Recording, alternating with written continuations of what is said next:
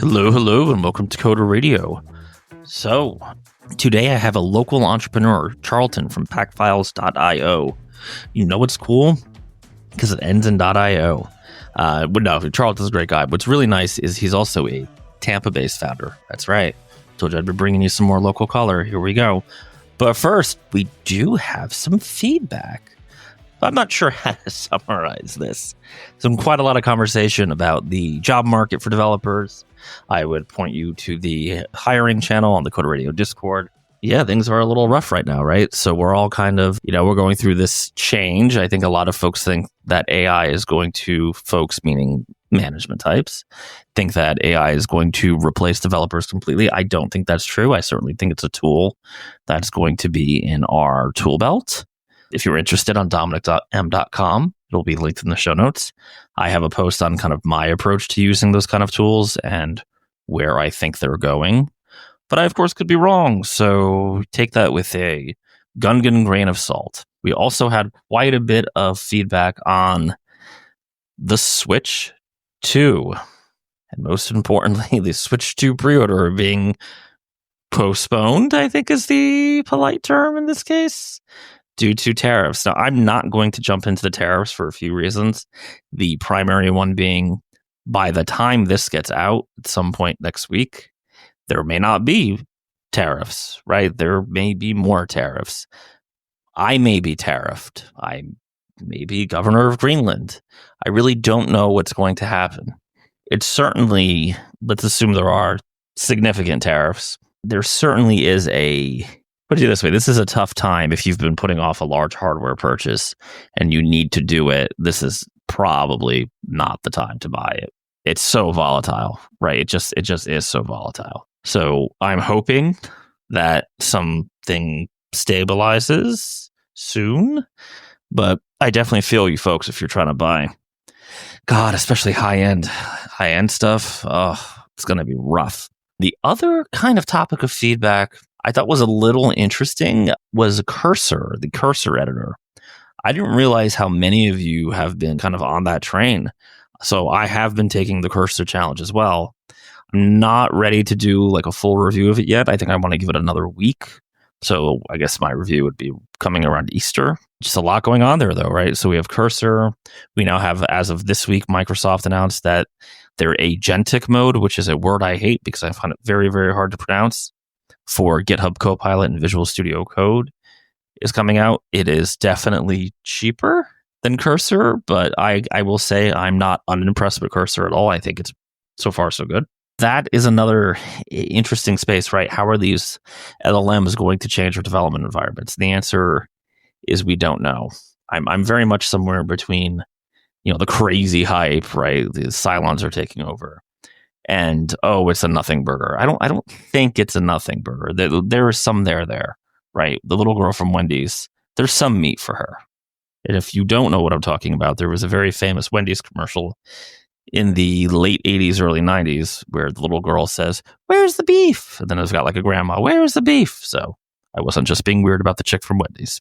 She's like 6 or something. I don't really know. I don't really eat fast food much because I'm not supposed to. So, Other news. Got a lot about the Marvel Rivals thing and the layoffs. Yeah, I definitely understand the anger. We were talking about the other week how a bunch of folks were laid off in the States. Sucks. It's not a fun situation. Obviously, you worry about them financially, their families, everything like that. Again, a brutal couple of years in the gaming industry, right? Which is just so funny how regular dev world and game dev world are so related now. I would say game dev world is just a lot more extreme, but we just had this morning, as I'm recording this, I was reading, I wouldn't say a tabloid tech site, but certainly not like something I would necessarily 100% trust, but they've been right before, and they've been particularly right on this issue that Microsoft is considering additional deep layoffs. I believe it, right? With these new tools, the new Google LLM that came out, it's going to be a transitional period.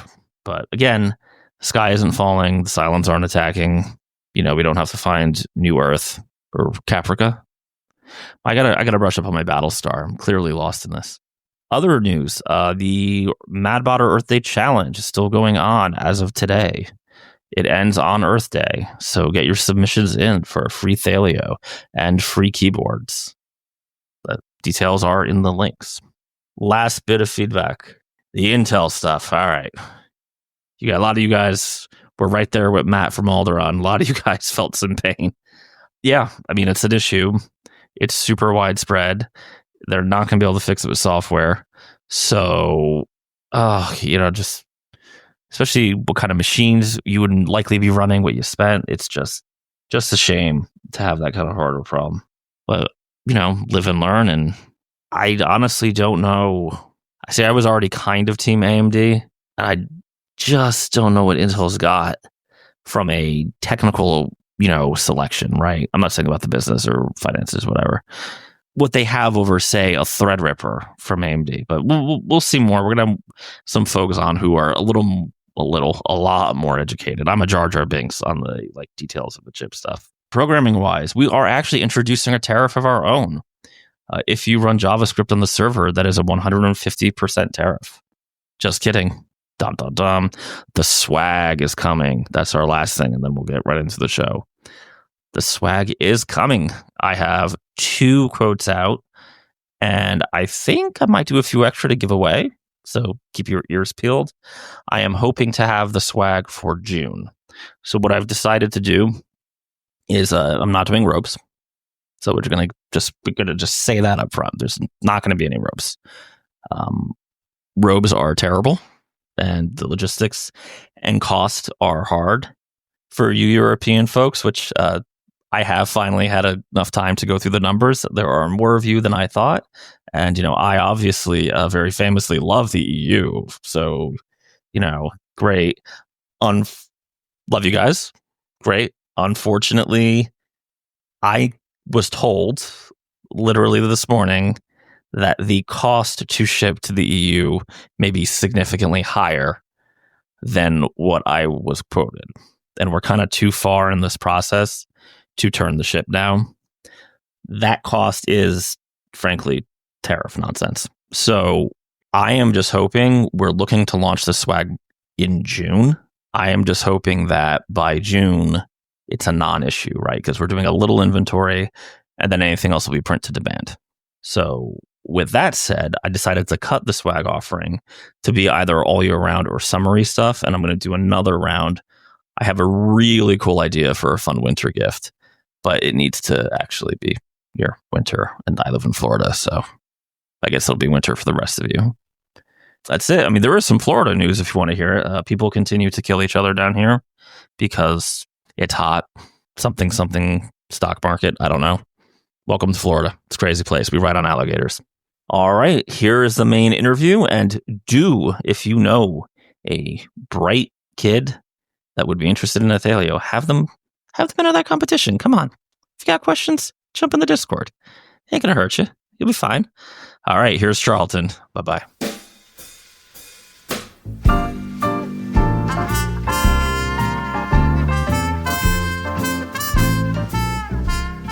Okay, as promised, I'm here with Charlton Trezevant of packfiles.io. How are you? Hey, good morning, Michael. It's a wonderful day, and I'm really happy to be here. Thank you. Awesome. Now you're pretty close to my neck of the swamp, right? Yeah. I'm down here in Tampa, as a matter of fact. I don't know if you live in Riverview, but our office is in downtown Tampa, actually, in Embark Collective, so right near Amalie Arena. I live right near Riverview in Lithia, so very, very nice. Oh, cool. I was just up there a couple months ago for the turkey trot. Oh, yeah. Yep. They closed down a bunch of the roads here, so it's good stuff. So that's your Florida color for the day, people. But I guess the relevant question is, what the hell is packfiles.io? Absolutely. Yeah. So essentially what we do is we make it really easy for large organizations, or small ones for that matter, to completely shift their software development platform over to one of GitHub's enterprise offerings. So you could be on Bitbucket Server, Azure DevOps, GitLab, etc. You're ready to move everything over to GitHub. And you need a way to pretty much manage, coordinate, execute, automate that whole migration process. That's where our product comes in. Awesome. Okay, so you're moving from like a self-hosted solution to GitHub proper, is what I'm hearing. Yeah, it doesn't necessarily have to be a self-hosted solution, although certainly we see a lot of folks that are wanting to move from, say, Bitbucket Server or Mm, GitLab, for instance. But like if you're using Azure DevOps Services, which is a cloud-hosted solution as well, our goal is to cover as many of these other platforms as we possibly can, and then we can take you to either of the GitHub Enterprise Cloud flavors, normal GitHub Enterprise Cloud, GitHub Enterprise Cloud with enterprise managed users. And we're actually working with the team at GitHub right now to add support for their new data resident flavor of GitHub Enterprise Cloud as well. interesting. So this sounds like a big lift. Just looking at it from an organizational perspective, right? I have all the issues. Oh yeah, it's a mess. Right. So I at the Mad Botter, we're pretty heavy into the GitHub actions for our CI stuff. How? I mean, we're already starting at GitHub, but we used to be on a self-hosted GitLab. So let's rewind the clock and say we're back in the GitLab days. We have all our CI, our deployment, all that good stuff. How are you guys helping with that? If say we did want to do the transition to GitHub. Absolutely. So I guess for some background here, I used to work at GitHub and Microsoft as a contractor. And during that time, I was part of this very large consulting group that has a pretty prestigious practice around Microsoft and GitHub. So I was responsible for helping them essentially build up their GitHub practice in the United States. And over the course of doing that, you're building up this practice, you're figuring out all the different types of services and things that you want to deliver. And it turned out that migrations were an enormous component of that, right? That ended up being a very significant portion of the business that we were doing just purely within the GitHub domain. And the way that works historically is we would get customers referred to us typically by GitHub or Microsoft. And those customers were interested in adopting one of the different versions there of GitHub Enterprise. And GitHub provides a set of tools called the GitHub Enterprise Importer. And these are command line tools written in C# that you're expected to run on your local machine. And there's no graphical interface. It's just basically like you can run a command to generate a pile of CSV files, and that tells you everything that's in your source environment.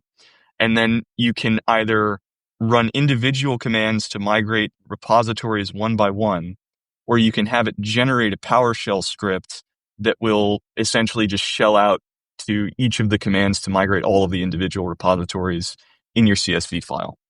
And at the end of the day, if migrations were purely about copying data, that would be sufficient.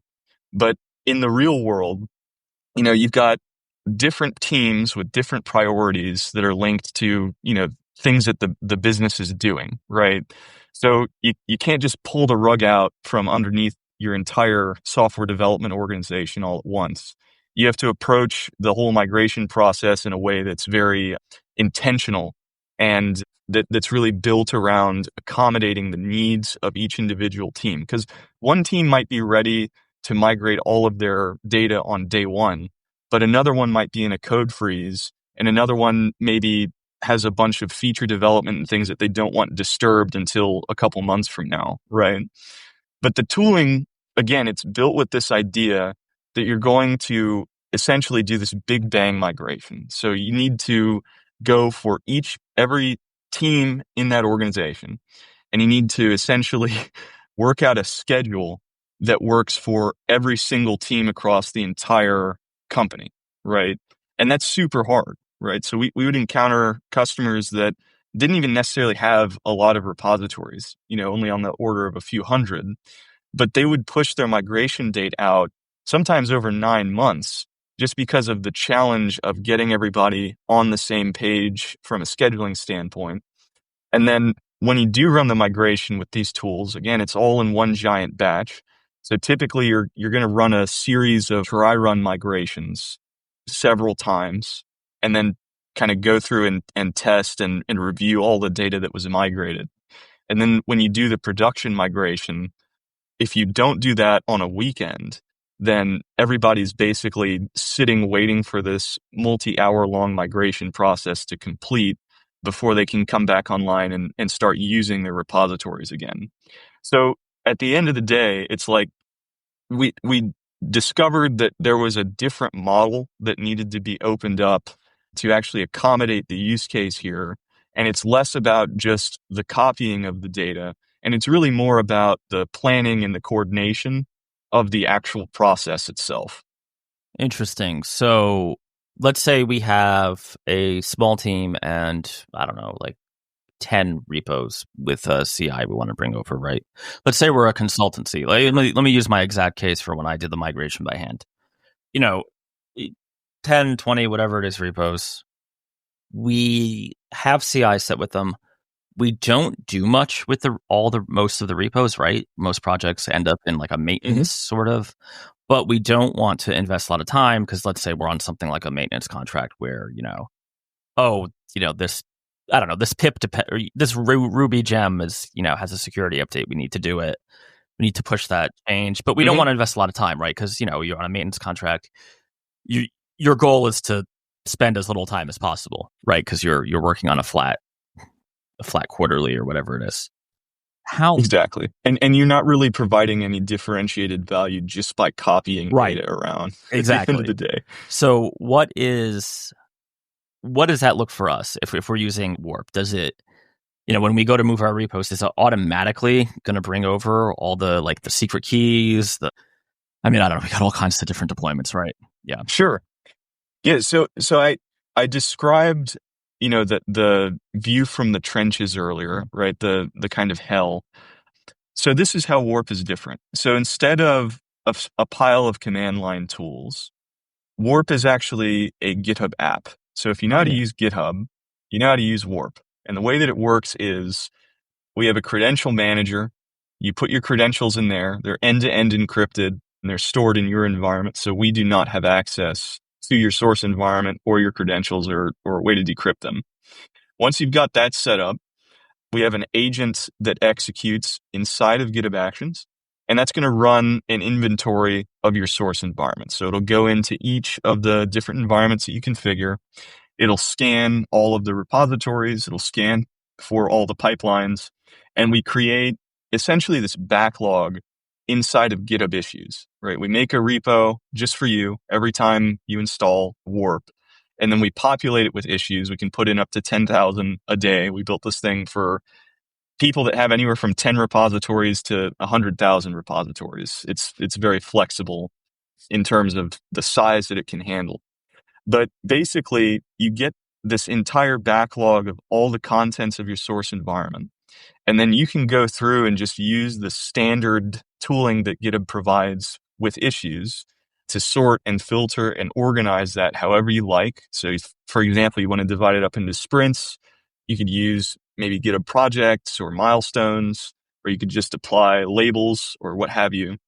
And then once you've got that done, if you want to actually run a migration, you just hop into the issue. The issue tells you everything you need to know about that repository. And then to take action on migrations, you just run / commands and comments.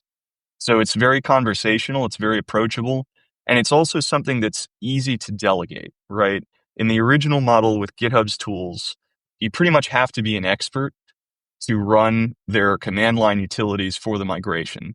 And you also need to be trustworthy because since that's a local tool, you need all of those God tokens that are highly privileged that let you access the environments that you're migrating data to and from. With our solution, that's not necessary. It's not running on your local machine, and the person that's invoking the / commands doesn't have access to that sensitive key material.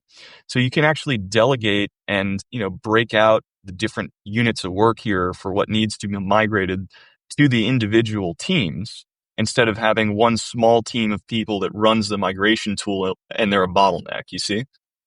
That makes sense. Okay. So how much can you handle? How big of an organization in terms of, is there an upper bound or not really?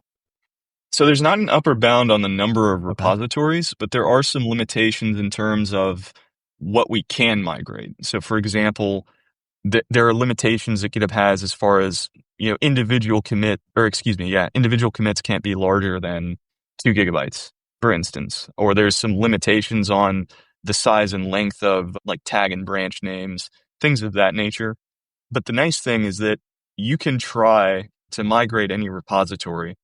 And if it doesn't succeed, then we actually give you like a full log file of everything that was done and where it went wrong. So it's easy for you to perform that remediation. One of our goals in the next quarter or so is essentially making that more automated in terms of the troubleshooting. So while you can build in your own, say, custom script, so if you have like a particular way that you want to transform data or something of that nature, then you could just plug in a shell script or a Ruby or a Python or PowerShell script and have it invoke the tools however you would like. But by default, our aim is basically to make it where we can migrate the vast majority of repositories automatically, even if they do have that kind of weird edge case, size limitations being violated and that sort of stuff. But the other thing that's nice about it is, again, you can parcel this out however you'd like. So you can focus on the easy repositories first, and then you can spend more time on the ones that are kind of the outliers and more difficult to migrate. And it's an easier trade-off because of the way that it's just managed in issues and automated. Interesting. Okay, so I'm sure we have people who are going to be interested. What is, step 0 to get started here? Sure. So step 0 would just be to install Warp from the GitHub Marketplace. So you just go to the GitHub Marketplace, find it right there. You install it into an organization that you'd like to migrate repositories into. And then once you do that, you'll get redirected to basically the installer. It'll walk you through the whole setup process. We also have a quick start guide on our knowledge base. And then once everything is connected, you're ready to migrate repositories. Awesome. Okay, and we'll have it only takes about an hour. And by contrast too, if you wanted to have that done sort of the classic way, it can take multiple weeks. Yes, it can. I did mine by hand years ago, and frankly, I ended up rewriting a bunch of our CI stuff into GitHub Actions from GitLab. So, yeah. Well, and so that's another thing. So certain types of pipelines, like Azure pipelines, for example, we can reconfigure those so that they point at your migrated repository when you're ready to pull the trigger on that. But for other types of pipelines, like for example, if you're using Bamboo or you're using GitLabs, you would still have to convert those yourself. GitHub does provide a tool called the GitHub Actions Importer that does a best effort conversion. But in my experience, it can be kind of flaky. And most of the time, if you're going to move those pipelines, like you don't want to have that done by an automated tool because it's really like there's not a good way to do unit tests on CI pipelines, for example, right? So it can just be tricky as far as like doing automatic conversion. So my point at the end of the day is basically there are some platforms you can bring your existing pipelines over and they will continue to work. They'll just be connected to GitHub and then you can convert them to actions at your pleasure. There are others where you would need to do that yourself. But again, because this is broken out and you can parcel the work out, into like a single repo or hundreds of repos, depending on, what you have the appetite for at any given a moment in time, it should be easier for you to manage that process on demand is the idea. Okay, that's super cool that there is that kind of halfway step for folks who might have a more complicated transition, I guess is what you would say. Yeah, awesome. Exactly. So just real quick, shifting gears on you. You mentioned before we started recording that you guys are basically a Rails shop. I love it. Yeah, Tell me more. Absolutely. Yeah. So our control plane it's a Rails app. It's built with Rails 7.2.2. Nice. And then our runner agent is also built with Ruby. We do ship. So our credential manager, which is the piece of the picture here that provides that end-to-end encryption of your credentials. That's basically a password manager. And that's built with Go and a framework called Wales. Not Rails, Wales. Okay. And that's a really neat little framework because essentially what you do is you can build this backend in Go, and then you build the front end in your favorite JavaScript framework. So we're using React. and then you can directly expose, you know, basically your Go functions to JavaScript on the front end through a binding in the JavaScript runtime.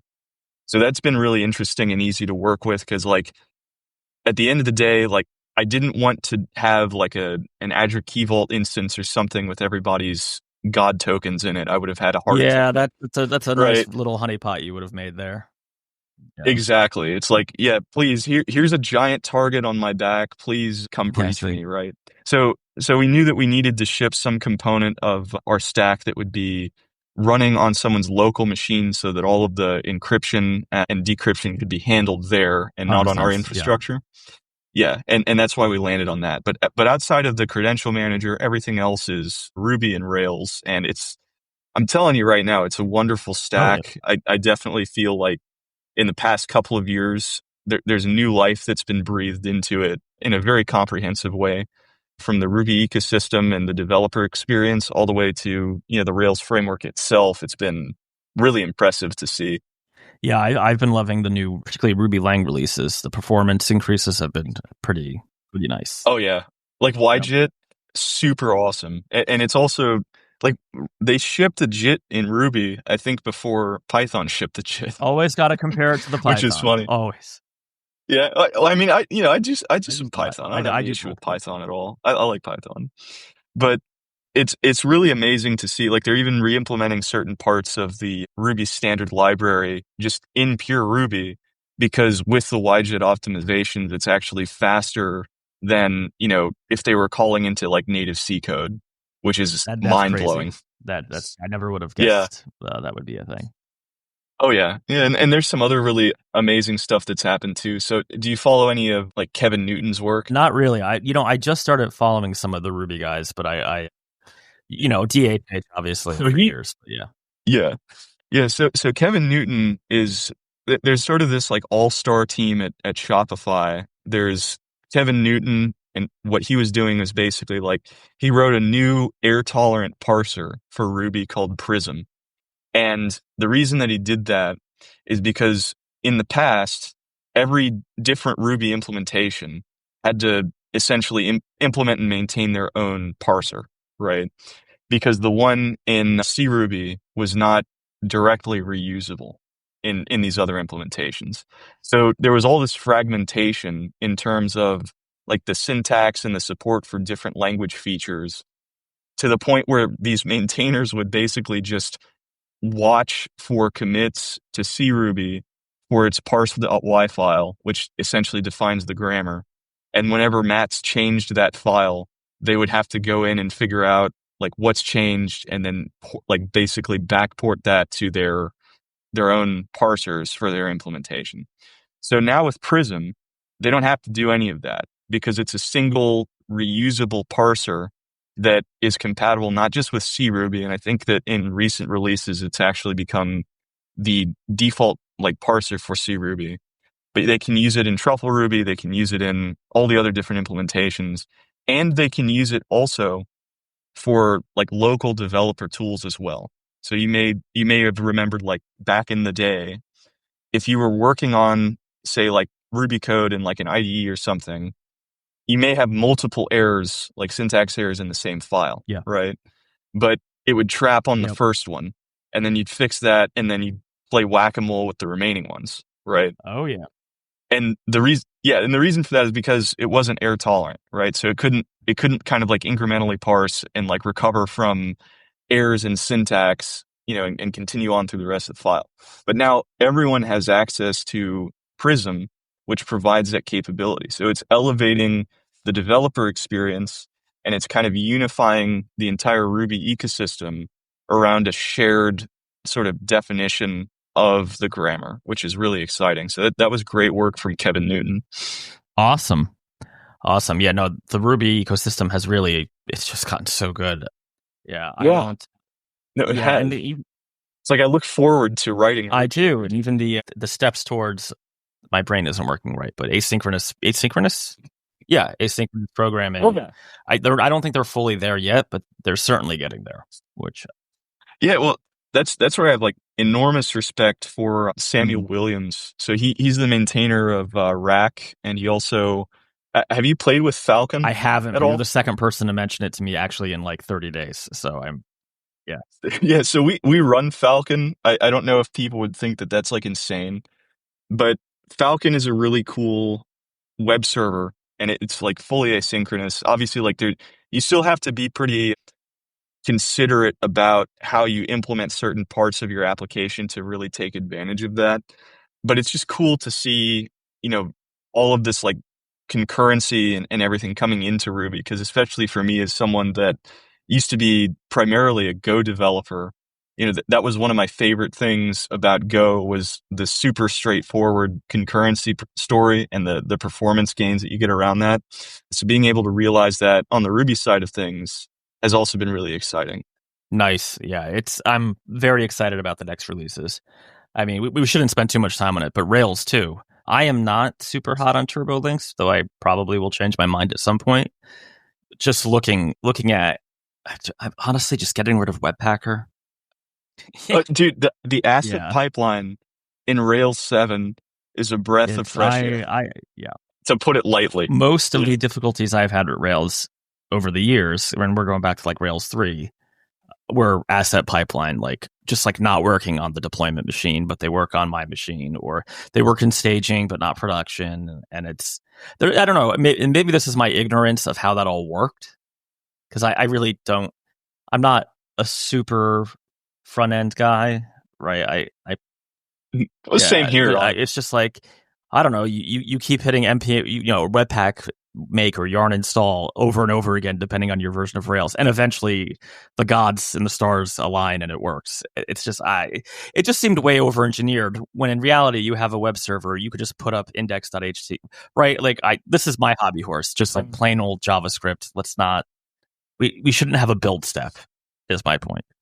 Yeah, it's like, why are we reinventing like make files, basically? It's the web. It should just be the web. I don't know. I feel. Yeah, I remember. So like back in 2015, I was really into Node.js, and I remember at one point I wanted to play with Gulp, and I remember I had to install npm, and then I had to use npm to install Bower, and then I had to use Bower to install Gulp.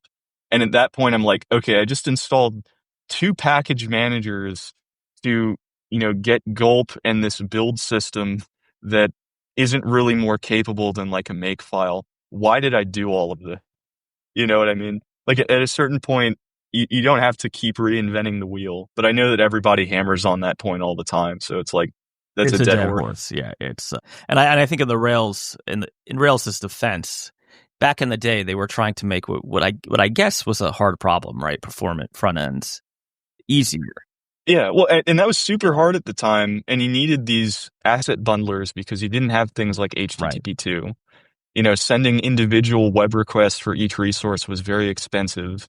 And, I think up until like the mid 2000s or mid 2010s, a lot of browsers were still enforcing limits on the number of concurrent HTTP requests that they would have open to a given origin at any point in time. So that the bottlenecks were real, and you did actually realize a lot of benefits from like being able to bundle that all into one kind of like monolithic asset that you distribute, right? But that's no longer the case, because you've got HTTP2. You can, keep the same connection. You can stream all of those back to the client in parallel, basically, and it's great. Yeah, I think it's. I don't know. We should wrap up on the Rails stuff, because I know it drives some people crazy. But I think, Ruby, Rails, the whole ecosystem in terms of that side of life, I feel like they're just headed in the right direction in a very broad sort of way. So. Yeah, you can't kill this. No, framework. And it just refuses. And to be honest, for businesses like mine, where you're mostly writing, behind the firewall enterprise software, Rails makes a ton of sense, right? Yeah, it's a mature framework. It's built like it. You've been able to hammer out CRUD apps for like over a quarter century now, or something. Like it's good at that, right? And it's even a good API backend. If because a lot of what we're doing has like a mobile component or whatever, the good old game. So the last question I always wrap with, and this can be anything: what is one tool that you can't live without? It cannot be your company's tool. It can't be Warp. Right. So it's got to be something, it can be open source. It could be your coffee machine. It could be whatever you want it to be. So I'm going to take a moment to spread the good word of dev containers. Do you use dev containers? No, I'm still on Docker, but. So I love dev containers, and I was kind of a curmudgeon about it for a long time, because it's like, why do I need to run a dev container when I'm just using like, Mize or like RVM? Oh, you're using them on your local dev. Oh, yeah, I use absolutely. Mize. I'm sorry, I answered the wrong question. Yeah. Mm-hmm. Yeah. So it's like coming from the standpoint of like, okay, I have this like nicely manicured set of, configuration files for my version management tools and shell scripts for my dependencies and so on. Why would I use dev containers?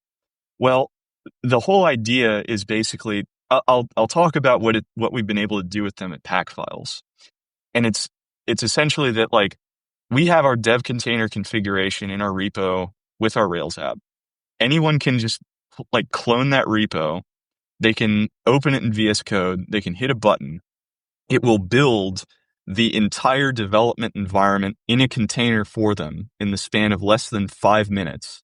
And then it comes up and basically it feels like you're doing local development, but it's all happening inside of this container, and all of the configuration for that container, its dependencies, its Docker file, etc., is versioned in your repository alongside everything else. So it's a really nice experience because it takes local development and takes it from something that can be very brittle and kind of, that works on my machine badge to something that is anti-fragile, right? It's bulletproof.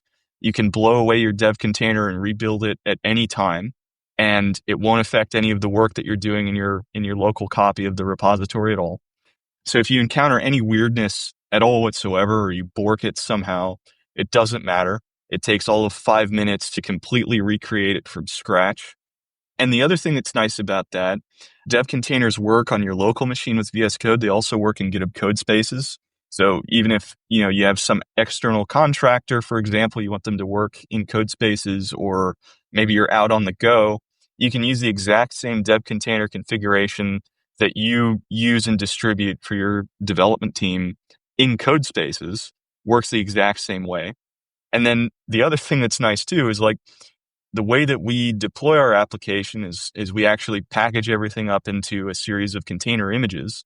So you can use the same kind of shared lineage between all of those if you want. So you can get to a point where there's a lot of commonality between the environment that you run on your local machine and the environment that you end up deploying to production, but package and distribute that in a way that is not a complete and total pain in the ass for your development team to use and to work with. So that's been really nice, especially for, languages like Ruby, where there's a nice dependency management and version management story, but it still can get fairly complex.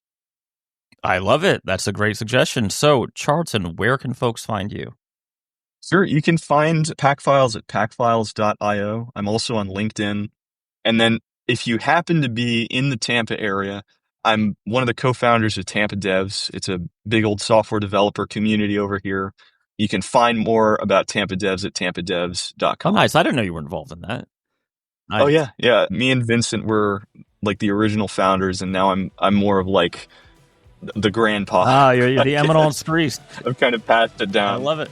Yeah. All right. Well, thank you for coming on, folks. Check that out. Packfiles.io. Get yourself off your, and if you're not using CI or CD at all, this is a great way to get into it because GitHub stuff is pretty easy to use.